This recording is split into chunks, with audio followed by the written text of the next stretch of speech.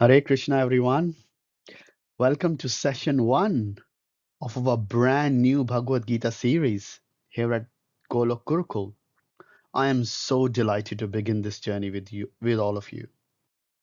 A journey into one of the most powerful, timeless, and transformational scriptures ever spoken, the Bhagavad Gita. Before we begin the Gita itself, we will first set the foundation so that we read Krishna's words we understand not just their meaning, but their depth. We'll start with a short Ganesh mantra first to invoke the remover of obstacles, and followed by Shanti mantra to invite peace into our hearts and minds. In this session, we will explore the difference between the Vedas and Itihasas, the meanings of some of the basic concepts for Yugas, Rasas, the system of Varnas and Ashramas. We'll also meet the Chiranjivis. Who are they? We'll discover 9 processes of Bhakti, and we also look at the avatars of Vishnu and the core layout of Bhagavad Gita. And we will also cover who is the author of the Gita and a bit about who's the scribe, Lord Ganesha. And we'll cover the Gita Mahatmya as well. So, whether you are the first timer or revisiting the Gita again, this session will definitely help you build the solid spiritual context for the divine wisdom Krishna shares. So let's begin this sacred journey together with open hearts, curious minds, and the hope we too may become devotees full of faith, clarity, and compassion. Let's get started.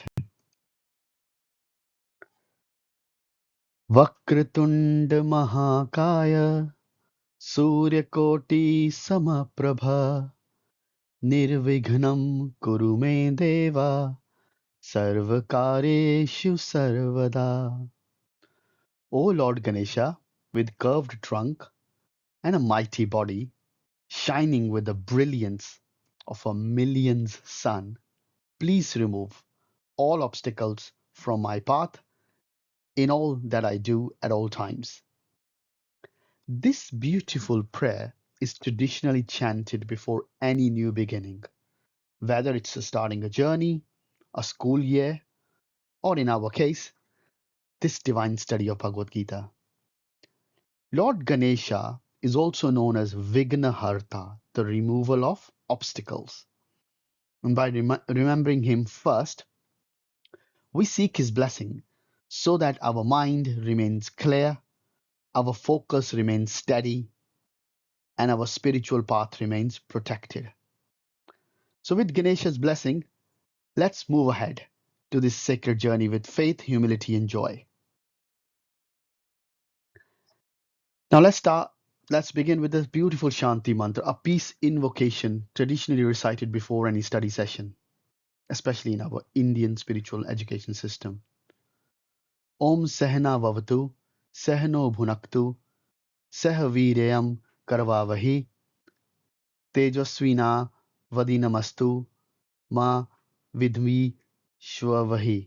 Om Shanti, Shanti, Shanti.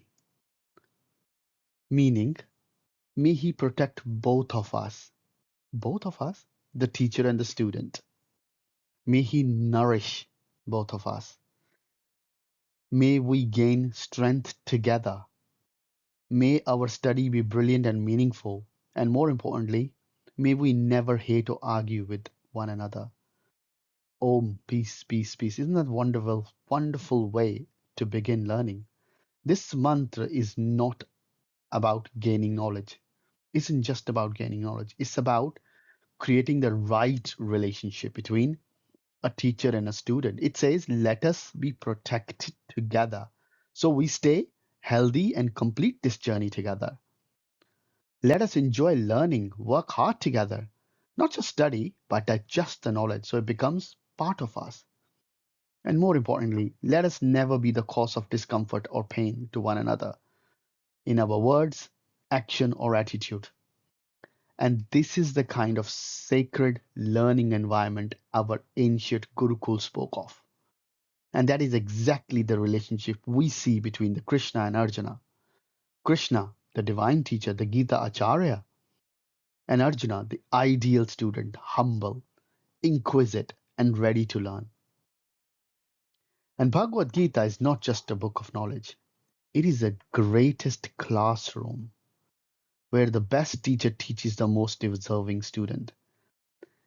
And what makes it even more special is that it's not a lecture, it's a conversation full of questions and answers, doubts and clarity.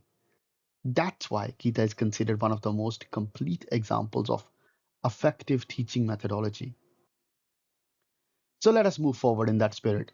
As a teacher and a student, walking this sacred path together with respect, with peace, and with joy. Itihas. Let's talk about itihas. The word itihas in Sanskrit means iti ha asa. This is how it truly happened.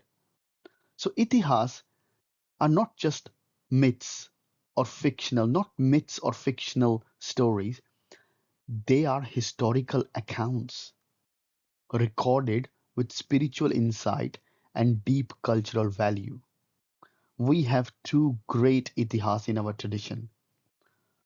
Ramayana, written by Maharishi Valmiki, and Mahabharata, written by Ved Vyasa. These aren't just stories, they are spiritual history, moral lessons, and practical guidance for life. They will tell us how great souls lived, made choices, stood for dharma, and faced challenges like we do. Ramayana teaches us values like truthfulness, loyalty, duty, and love for family through the life of Lord Ram. Mahabharata shows us the complexity of life, politics, war, dharma versus adharma, and more importantly, it contains the Bhagavad Gita, the ultimate guide for life, spoken by Lord Krishna himself. And remember, these are not imaginary tales. They happened, this happened on this very earth. Many people, places in India still preserve the names and temples connected to these epics. So next time someone says mythology, kindly correct them. These are itihasas. This is how it is happened. Vedas. Now let me ask you, have you heard of this word Vedas before? Do you know what it means? The word Vedas means knowledge, but not just any knowledge. This is sacred divine knowledge given by God to the great rishis during deep meditation thousands of years ago. Now guess how many Vedas are there? Yes, you're right, four Vedas. And each one is special. Rig Veda. This is the oldest Veda.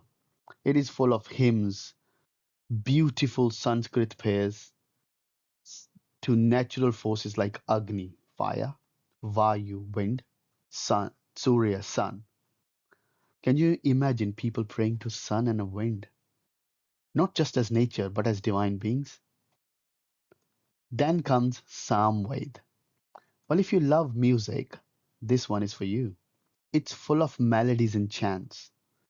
Priests used to sing these during yagnas and temple rituals. So, what would you choose? Singing or speaking your prayers? And next one is Yajurved. This is like instrument manual for rituals. It tells us how to do fire ceremonies, how to offer ghee, how to chant the mantras correctly. And why do you think it's important to have the rules when doing something sacred?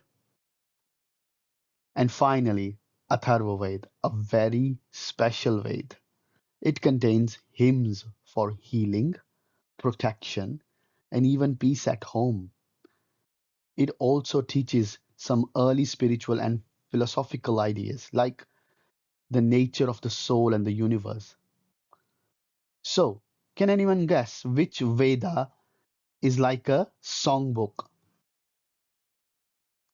Yes, Samved. And which one is for rituals? That's right, Yajurved. All four Vedas together gives us a complete spiritual foundation to prayers, music, rituals, and wisdom.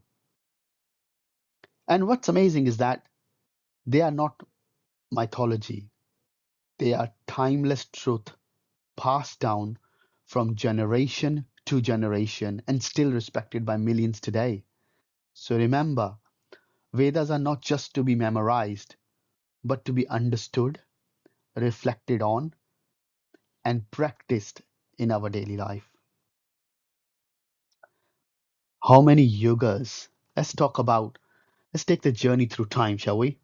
Through the four yugas, or the four great ages in our Vedic cycle.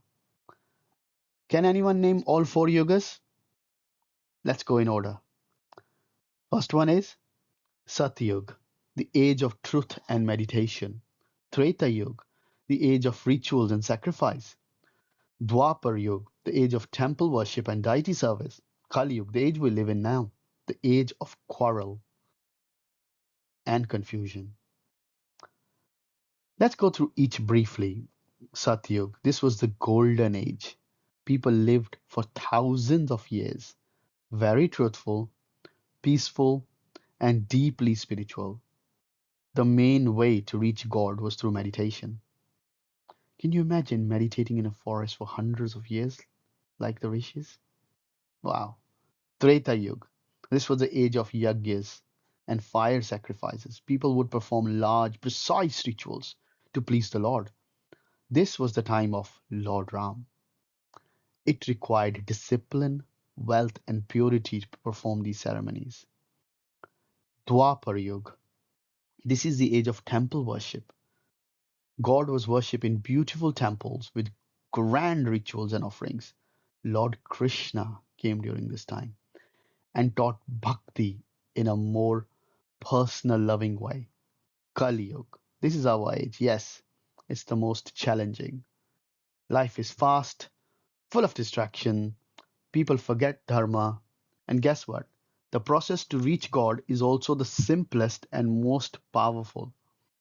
Just chant the holy name. Let's chant together. Hare Krishna, Krishna Krishna, Hare Hare, Hare Ram, Ram Ram, Hare Hare. So, why do you think chanting is the perfect solution for today's busy world? Yes, no equipment needed, no cost. You can do it anytime, anywhere, at home, school, or even while walking. Let's remember, though this is the age of confusion, it's also the age of greatest opportunity because chanting is so accessible and powerful. And chanting is the only thing in Kali Yuga. We just chant the name of God, which can lead to liberation.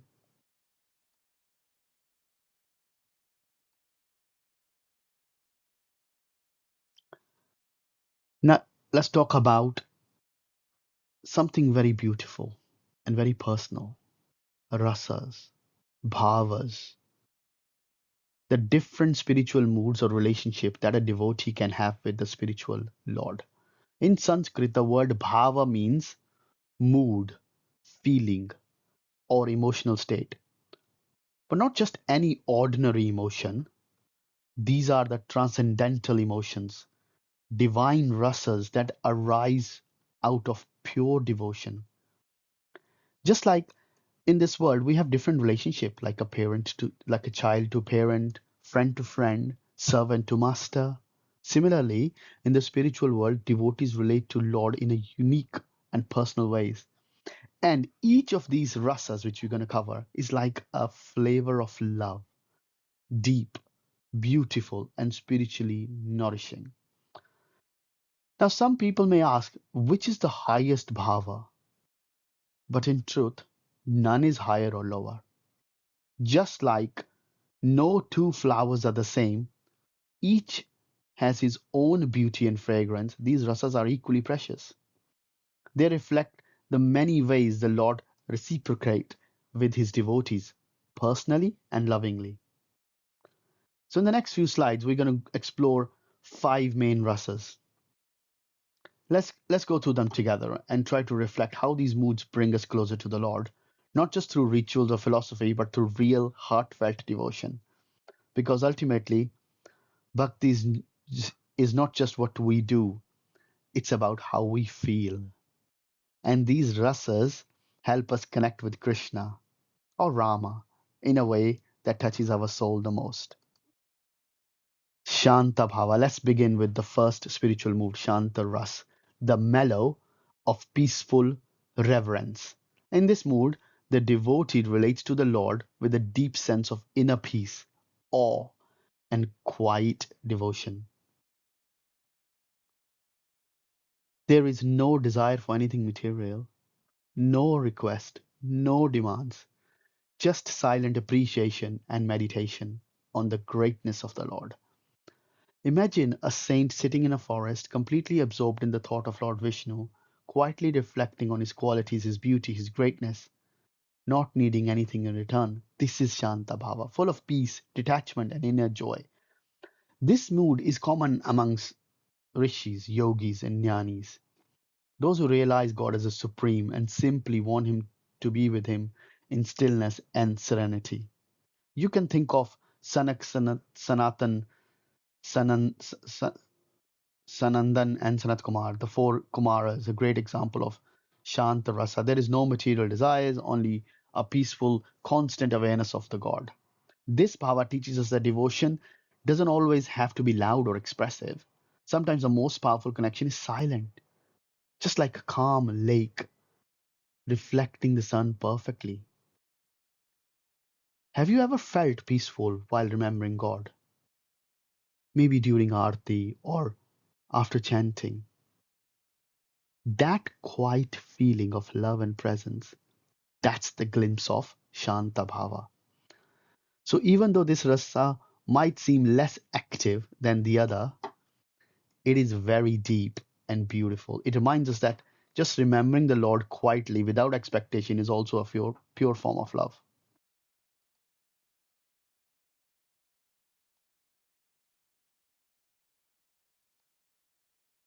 Sakhya Bhava. Now let's talk about the very joyful and a personal relationship with God. Sakhya Ras, the mood of friendship. This is a kind of bhakti where the devotee sees the Lord not just as someone far away to fear or just worship, but as a close friend, someone you can laugh with, play with, share secrets with, and trust with all your heart. In this bhava, devotees became friends of the Lord, walking beside him, not behind him. They don't worry about formality. There is love, respect, and deep bonding, but also playfulness, closeness, and freedom. Think about Krishna's friends in Vrindavan, like Sudama, Sridama, Madhumangal, Subala, and others. They would climb trees with him, eat lunch with him, play games, tease him, even wrestle with him. They had no idea he was a god. They just loved him as their dearest friend. One day, Krishna carried his friend Sudama on his shoulder after losing a game. Can you imagine that? The Supreme Lord giving a piggyback ride to his friend just out of love. Do you have a best friend? Imagine that friend was Krishna. Would you tell him your jokes, your struggles, and your dreams? Sakyaras reminds us that God is not distant. He's close, loving, and approachable. He wants us to connect. He wants us to honest, real with him, just like we are with our close friends. So whether we are laughing, struggling, or just sitting quietly, we can always say, Krishna, you are my best friend. I know you're always with me.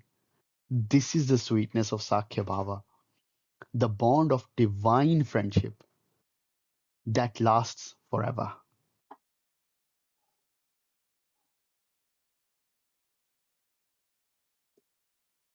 Now let's explore Dasya Ras, the mood of Servitude, where devotees relate to the Lord as a humble servant to the divine, to the loving divine master.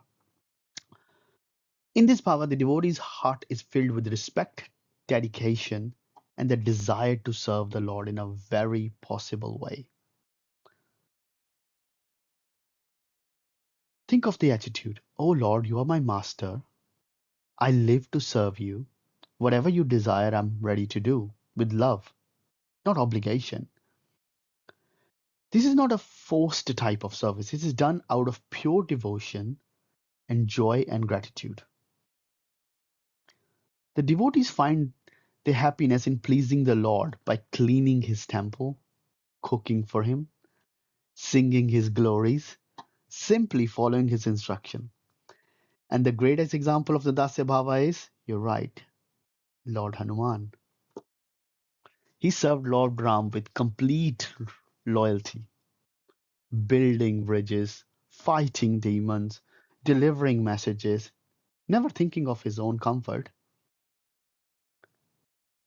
Even when Lord Ram tried to praise him, Hanuman always says, "I'm just your servant. Everything I do is by your grace."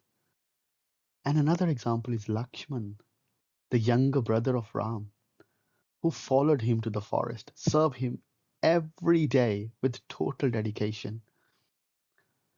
Have you ever helped your parents or your local temple, maybe with cleaning or cooking prasadam? How did it feel to serve someone with love, expecting nothing in return?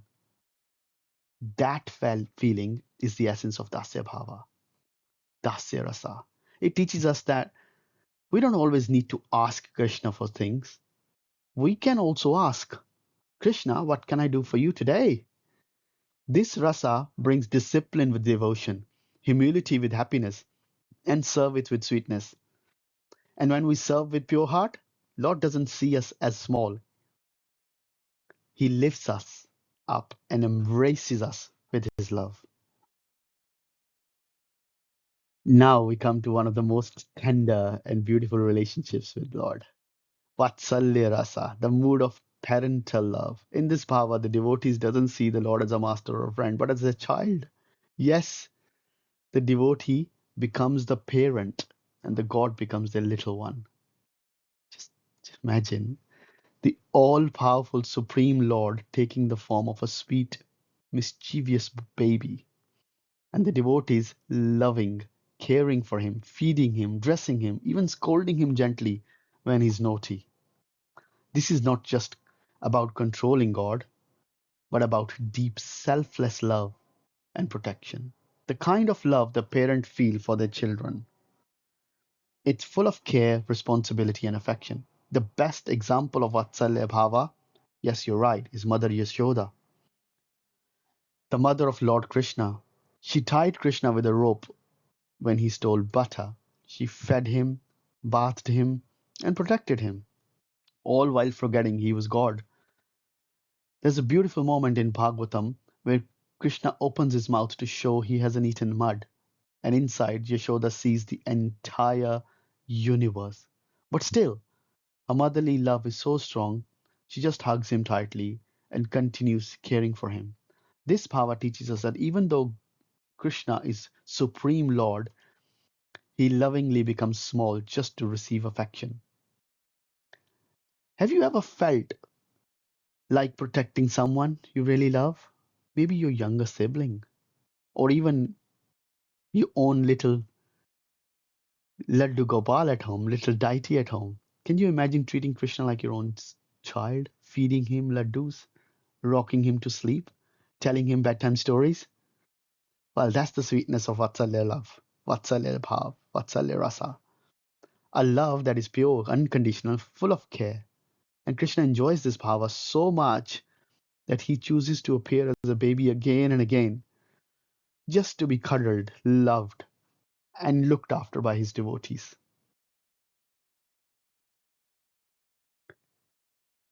Madhuraya rasa. And this is also one of the most intimate bhava, Madhuraya rasa, also known as mood of sweet romantic love for Lord. This is very special kind of devotion where the devotee sees Lord not as a friend, parent, or master, but as their most beloved, their soulmate, their eternal lover. This isn't like ordinary love in a material world. It's pure, selfless, and divine. It's full of intense longing, deep surrender, and unbreakable emotional connection. The best example of Madhura Rasa is Srimati Radharani, the most topmost devotee of the Lord, and Meera. Her love for Krishna is beyond words, not for enjoyment or gain, but only to please him. She doesn't care if she's near him or far. Her heart is always absorbed in Krishna. The gopis of Vrindavan is also in this mood. They gave up everything, family, reputation, comfort, just to serve Krishna with love that asks for nothing in return. Have you ever missed someone so much that your heart felt restless? Well, that's how gopis felt when Krishna left Vrindavan. It wasn't pain, it was pure spiritual love. And in this bhava, everything becomes sweet. Krishna's smile, his flute, his mischief, even separation from him becomes a way to love him deeper. That's why Madhurya Bhava, the Lord becomes not just the object of worship, but the object of the heart. He's not just Lord, he's the one that you love the most. This rasa teaches us the height of devotion, where we don't just offer flowers or ritual, we offer you offer your entire heart. And as Lord Chaitanya Mahaprabhu showed us, true bhakti means to love Krishna like a lover, with tears in the eyes, song on the lips, and longing in the soul. Now let's explore an important concept about the Vedic tradition, the four Varnas or social divisions based on one's natural abilities and duties. In today's world, we hear the word Varnas, we might think of caste, but originally this system was never based on birth, but on the gunas, the qualities, or karmas, the actions, who you are by nature and how you serve society. This idea is called swadharma, your own personal duty, the role that best suits your nature, your strength, and your way of serving others. Let's go through these four varnas, right? From foundation to leadership. Shudras, the workers or artisans. These are the hands of society, providing support, creativity, hard work. They serve others through practical skills like building, farming, cooking, crafting.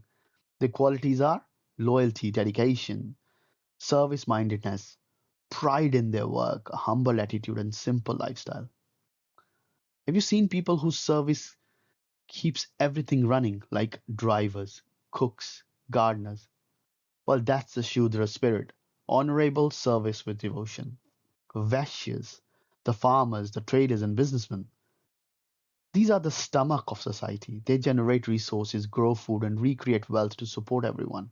Their responsibility includes protecting animals, nature, trading with honesty, feeding and supporting the community, giving taxes and charity. Their spirit is one that of productivity, responsibility, and ethical prosperity. Kshatriyas, the warriors and leaders. These are the arms of the society, the protectors, the administrators, and the rulers. They are brave, bold, carry the weight of justice and leadership. And their dharma includes protecting the weak and maintaining law and order. Fighting for dharma, like Arjuna did in the Mahabharata. Never backing down from the righteous battle. Being generous and self discipline. They govern, protect, and sacrifice, not just for pride, but out of the duty of their people. And Brahmanas, the priests and the teachers, they are the head of the society, guiding through knowledge, wisdom, and spiritual vision. They don't chase wealth or power, they live simply and focus on teaching the scriptures and performing rituals, giving counsel to others, like Krishna did for Arjuna, living with honesty, purity, and compassion, providing knowledge freely, not for money. And which Which Varnas do you feel more connected based on your nature? Do you like teaching, protecting, creating, or serving? All are valuables, and more importantly, Krishna tells us in the Gita, Chatur Varnam Maya Srishtam, Guna Karma Vibhagasha. These four Varnas are created by me according to qualities and activities. So it's not about status, it's about service, character, and offering your best to Krishna and to the world. Now that we explored the Varnas, let's now understand the ashrama system, the duties according to our stages in life. Ashrama means spiritual stage or phase of life. Hinduism beautifully teaches us that the life is a journey with different chapters, and each chapter our responsibility and focus naturally evolve. These four ashramas, and the goal of each is to help gradually move from material attachment to spiritual fulfillment. So, brahmacharya first is the student life, one may say. This is a phase of learning and discipline, usually from childhood into young adulthood. What are the duties in this? Like study scriptures, serve the teacher, live and live a simple life, practice self-control, humility, and celibacy, develop good habits, character, and focus. This is a phase Arjuna was in when he learned from Guru Dronacharya. It's a time to build our foundation mentally, physically, and spiritually. Grihastha, the householder life. This is the phase of family life where one marries, raises children, work, and contributes to society.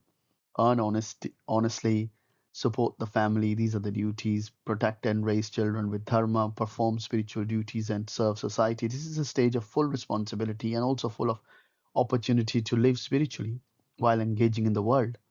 Krishna says that even grihasthas can become great devotees by offering their work, wealth, and love to God. Vanaprastha, the retired life, this is a transitional phase. Usually, when children are grown, it's time to slow down from worldly duties, withdraw from active life and responsibility, spend more time in prayer, scripture study, or pilgrimage, guiding younger generation with wisdom. This stage helps us detach gradually, preparing the mind and heart for a deeper spiritual realization. And sannyasa, the renowned life, the final ashram, is for those who fully renounce material life and dedicate themselves 100% to God realization. And their duties are live with no possessions, no attachments, focus only on devotion, meditation, and liberation. Become a spiritual guide for society. This is a stage of total surrender. And while not everyone must take sannyasa, the spirit of detachment and devotion is for everyone at any stage.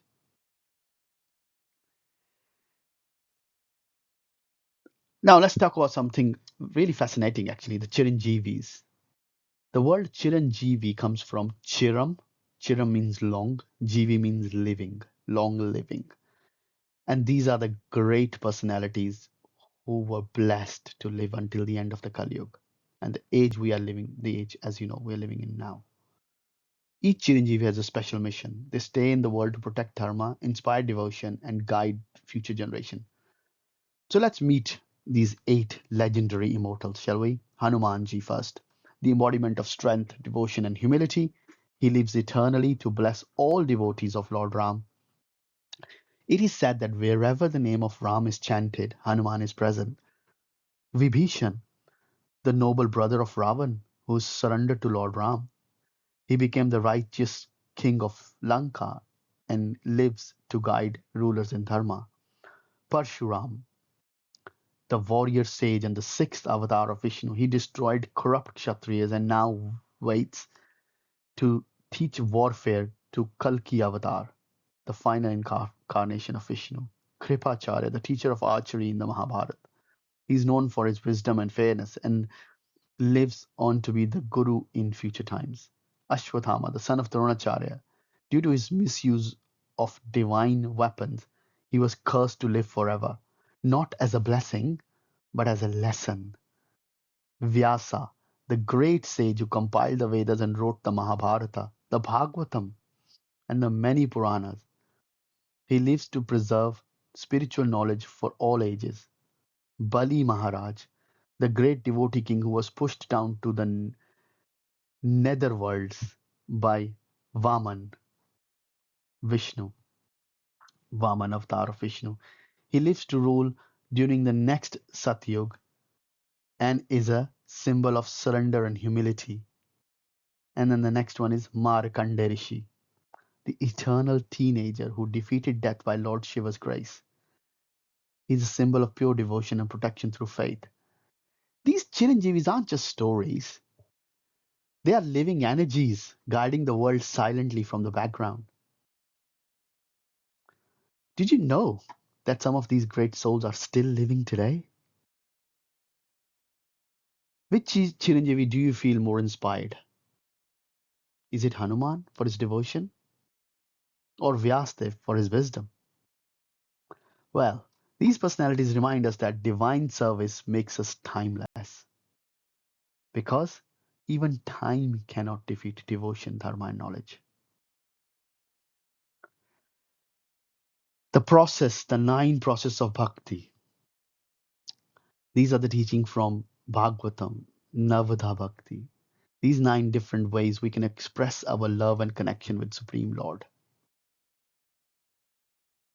Not everyone has to do all 9, but even doing one of them sincerely can bring us spiritual perfection. Let's go through each of them, shall we? Shravanam, listening to the glories, pastime, and teaching of the Lord through stories. Example is Parikshit Maharaj attained liberation just by hearing Srimad Bhagavatam from Sukadev Goswami for 7 days. Even when we come to this Gita class or hear Hanuman Chalisa, we are actually doing Shravanam, Kirtanam, singing or glorifying the Lord's name and deeds like bhajans, kirtans, and mantra. Sage Sukha and or even Lord Chaitanya constantly chanted Hare Krishna. When we sing Hare Krishna or Jai Shri Ram, we're doing Kirtanam, Smaranam, remembering, constantly thinking of the Lord throughout the day in your mind and heart. Prahlad Maharaj was a good example. Even when he's tortured by his father, never forgot Lord Narsimha. Even if you silently remember Krishna during school or work, that's bhakti. Pad Sevanam, serving the Lord's feet, doing service to the Lord directly or through his temple or devotees. Lakshmi Devi is also always massaging Lord's feet, lotus feet of Lord Narayan, helping clean the temple, serving prasadam is also Pad Sevanam. Archanam, worship, worshipping the Lord with flowers, incense, lamps, or rituals. King Prithu offered elaborate worship to Lord Vishnu. If you offer a flower or a light, a diya to a deity at home, you are doing Archanam. Vandanam, prayers, offering heartfelt prayers with humility, gratitude, and surrender. Akrur, the messages of Kamsa, prayed to Krishna with tears of love. Even a simple thank you, Krishna, is also a powerful Vandanam. Dasyam, seeing yourself as a humble servant of the Lord and his devotees. Hanuman is a perfect example of Dasyam, always serving the Lord Ram selflessly. Anytime you say, I'm doing this for you, Krishna, you are in Dasyam. Sakyam, developing a personal, loving relationship with friendship with God, talking to him, trusting him. Arjuna fought with Krishna by his side like a best friend. Speak to Krishna like a close friend. He loves that. Atma Nivedanam, full surrender, giving everything, your body, mind, and soul, at the feet of Lord.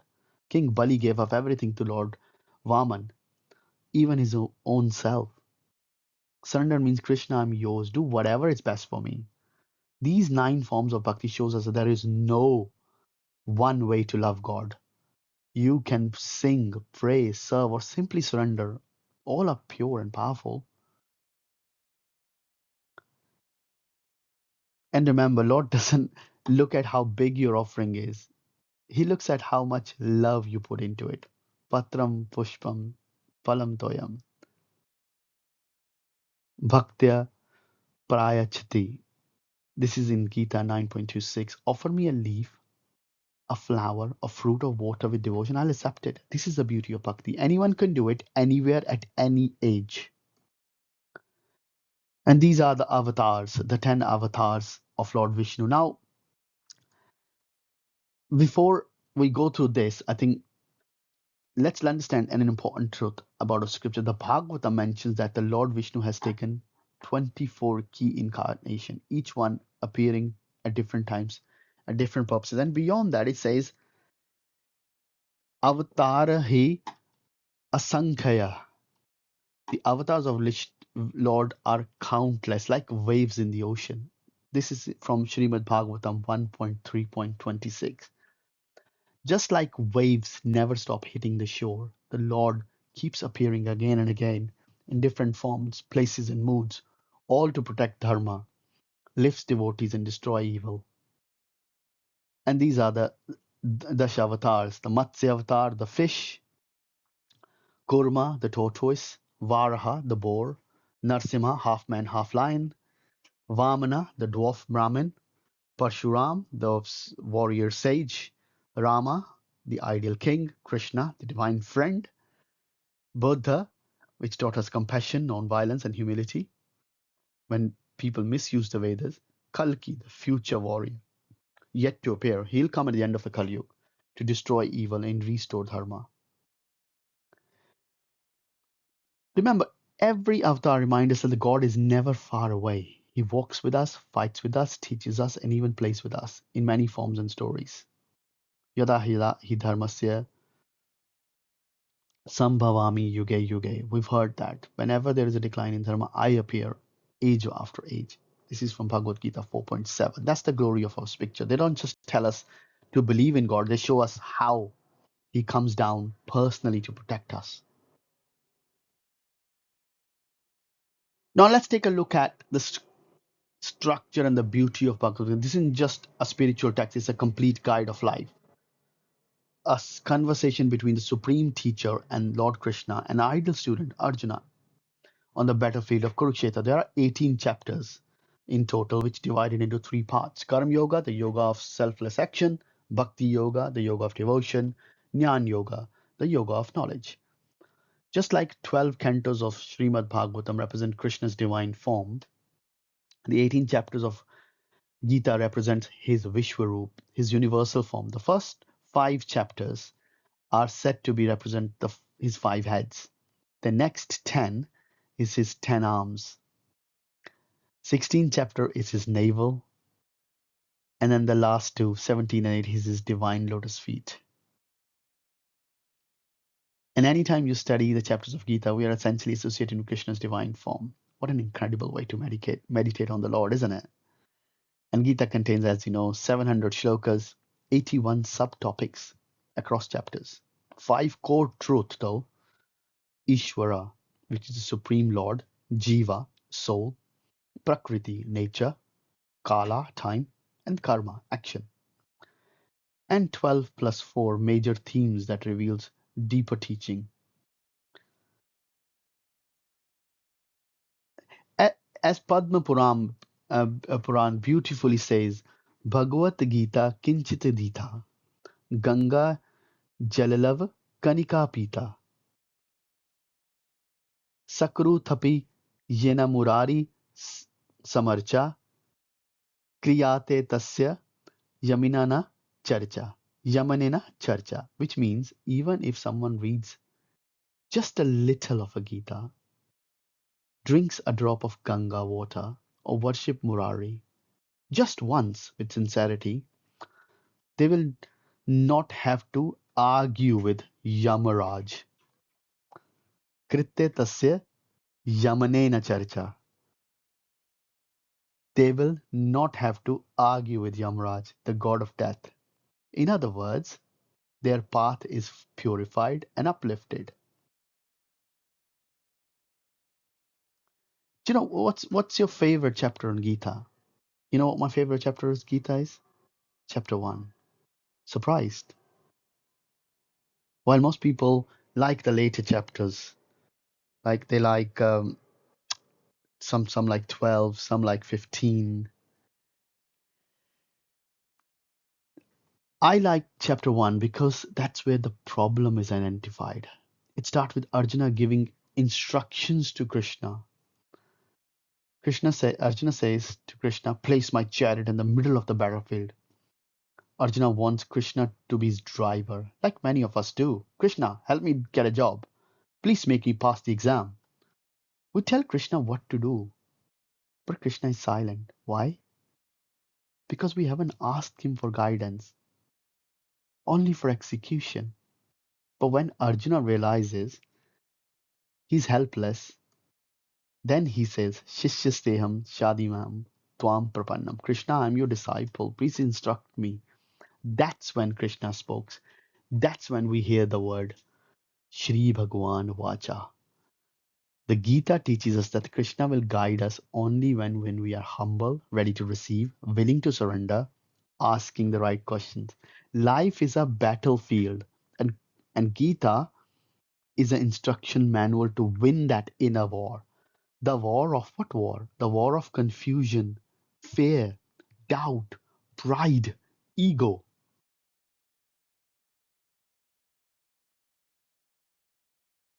So let's cover this Gita Mahatmya first. Let us now reflect on this beautiful verse from Padma Purana again, a verse spoken by none other than Lord Shiva to Parvati Devi.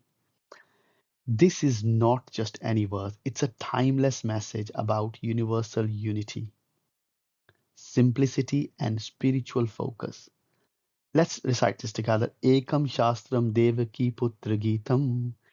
Eko Devo Devaki Putra Eva. Eko Mantrasya Tasya Namamiyani. Karmapi ekam tasya devasya seva. What is that meaning?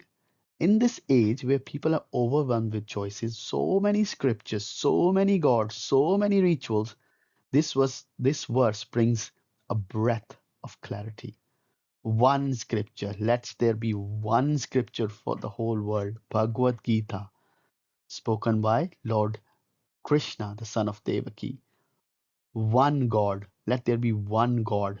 Sri Krishna, the Supreme Personality of Godhead. One mantra. Let there be one prayer, the chanting of holy name. What mantra?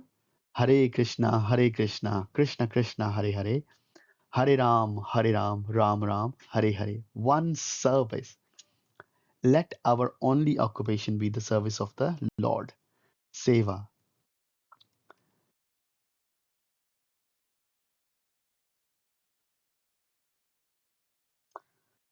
Now let's reflect on the traditional Dhyana Shloka, meditation verse of Bhagavad Gita.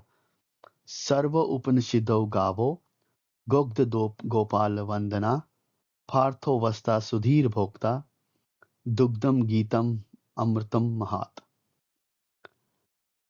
Oh, what a magnificent analogy that is. Imagine all the Upanishads, a crown jewel of Vedic wisdom, as cows. And who is the milkman? It is none other than Gopalanandana, the Lord Krishna himself. The calf who inspires the milk to flow is Partha, Arjuna. The milk is the Bhagavad Gita, the nectar of immortality. And we, the sincere seekers, are Sudhir Bhokta, those who are blessed to drink the nectar with a keen and receptive mind. What is this word Upanishads? We said we use the word Upanishado Gavo. What is Upanishad? They are the deepest philosophical texts in Vedas, the very heart of spiritual knowledge.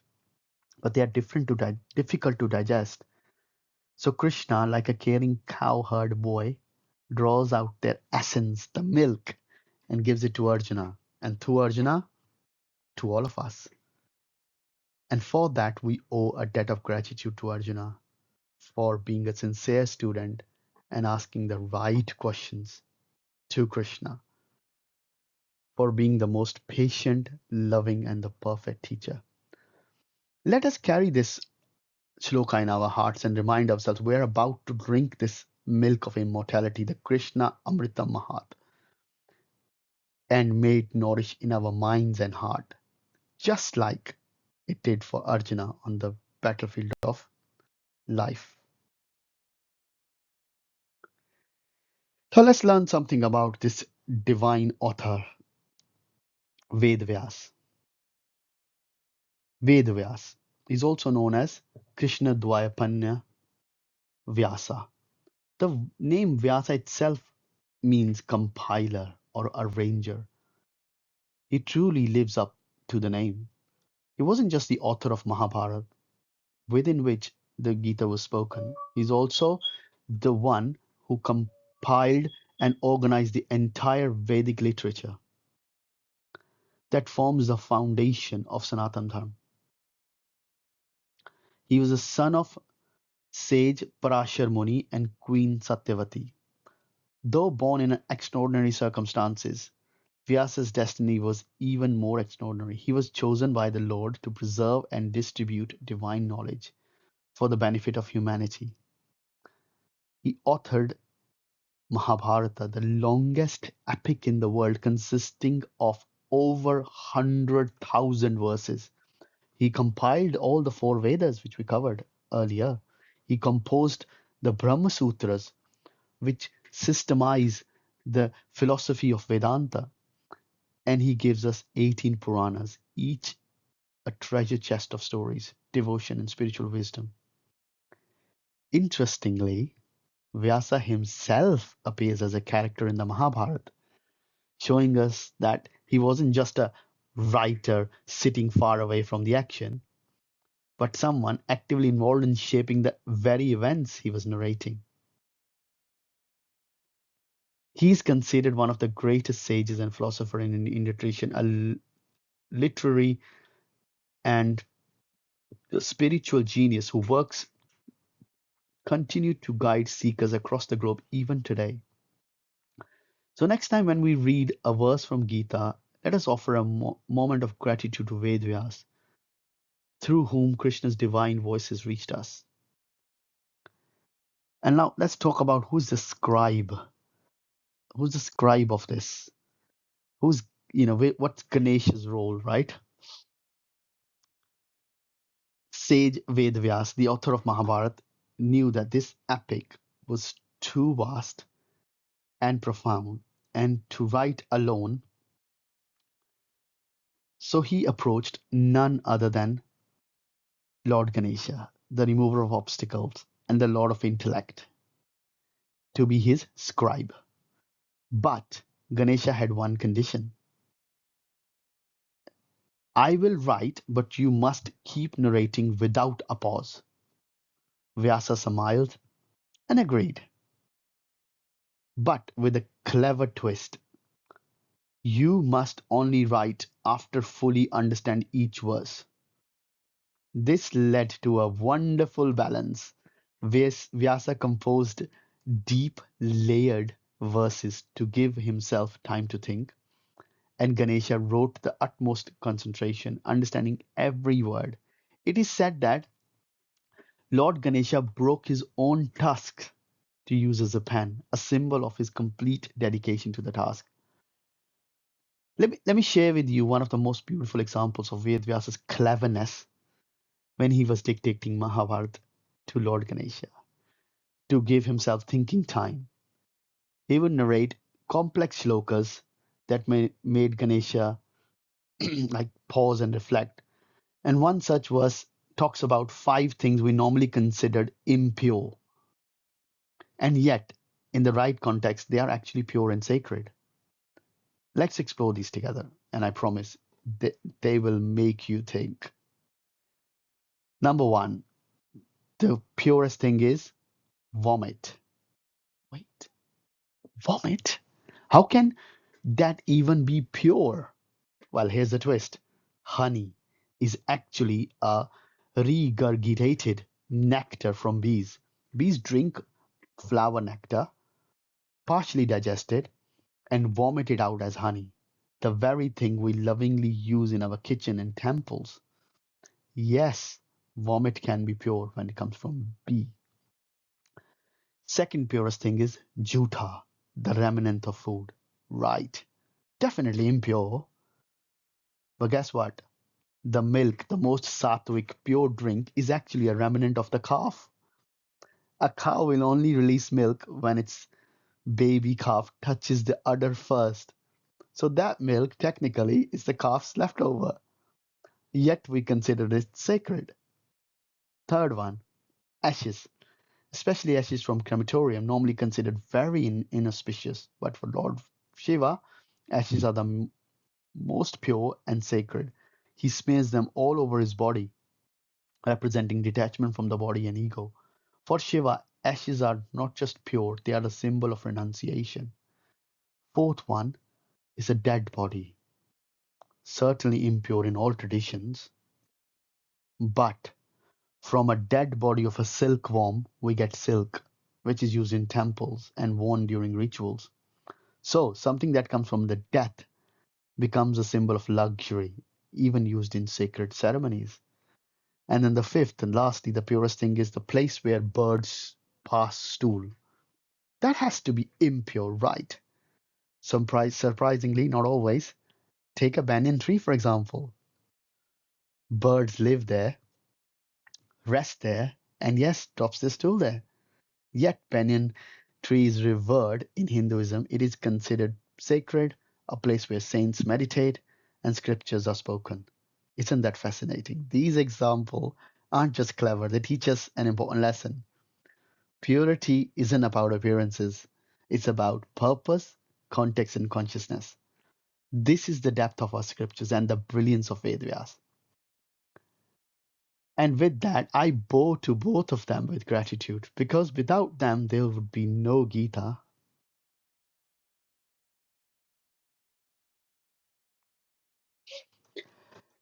Well, so as we've seen today, whether it's a sacred composition of Gita, the divine collaboration between Vyasa and Ganesha, or deep symbolism behind seemingly impure things, our scriptures are not just books, they are oceans of wisdom disguised in beautiful stories and analogies.